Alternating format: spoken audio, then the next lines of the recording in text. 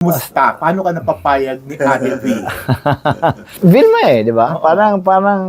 Parang when you're offered the I'm old school. So when you're offered the film with your mga kabatch, not naman kabatch meaning kasamahan ko noon sila yung mga top of the line So you don't say no. It's like it's still the old school feeling na, oh my God, I'm gonna work with Vilma, di ba? Parang let's do it, ganyan. So anyway, when Project 8 went to the house, sinabi sa akin story, ganyan. Ang ano ko lang, okay na ba yung cast? Yan na yung cast talaga.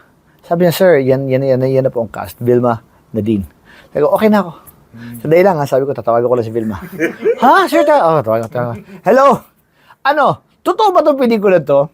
And she goes, Gaton! Gawin mo yan, kundi papatayin kita talaga. Ganyan. Sabi ko, of course naman, sabi ko. Sinisigurado ko lang na totoong ikaw ang nandito, di ba? Na parang ikaw talaga okay ka. If you're confirmed and Nadine is confirmed, then without even reading the whole script, I'm good already, sabi ko. I'm okay. Pero may idea ka sa role? Yeah, sinabi na sa akin, but unang kwento pa lang, first 5-10 minutes, parang okay na yan. Sabi ko, I'm good. Masaya.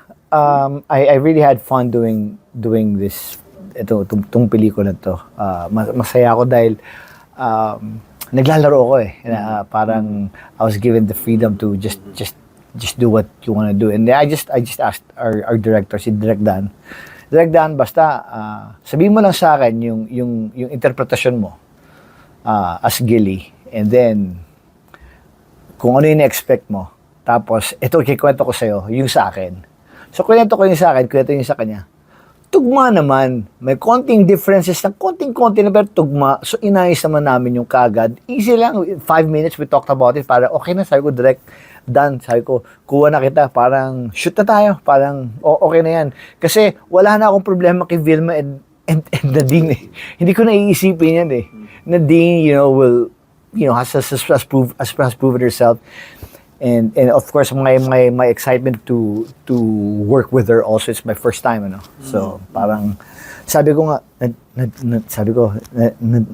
Nadine, buti na hindi kita leading lady kasi kung leading lady kita namumroblema na naman ako dito parang ang bata na naman ng leading lady ko, at least dito makatotohanan na. Sabi ko, anak kita rito sa pelikulan to na may konting basta makikita nyo kasi ang gauge ko sa film talaga, may mga script na pag binigay sa'yo, ilang pahina ka pa lang, umihinto ka.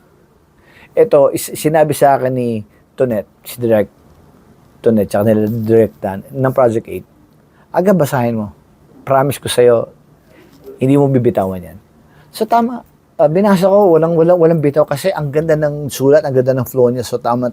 So, and thinking na it's gonna be Vilma there, si Nadine, sila Pipo, sila Gio, sila Ketchup, and sila Cholo, sila Lotlot, sila Elijah Canlas, sila Gabi Padilla, and may Lindison. Parang you have, good actors, lahat naman ng artista mahuhusay naman.